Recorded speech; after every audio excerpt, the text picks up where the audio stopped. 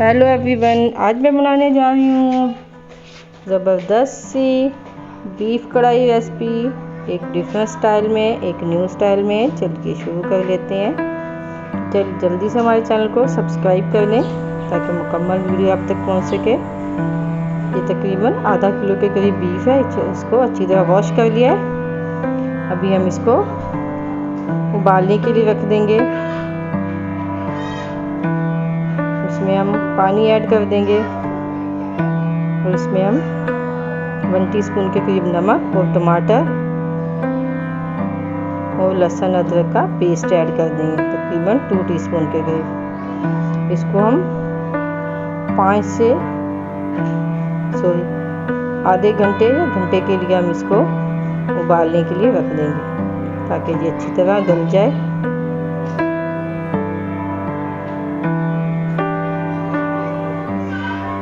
माशाल्लाह आधा घंटा हो चुका है, बिल्कुल इसका पानी खुश्क हो रहा है।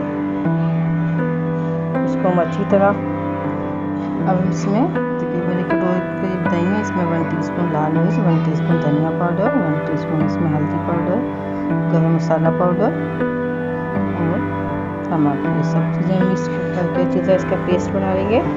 इसमें हम ऐड कर देंगे। इसको अच्छी तरह तकरीबन 4 से 5 मिनट के लिए पकाएंगे ताकि ज़बरदस्त सा ये पेस्ट रेडी हो चुके।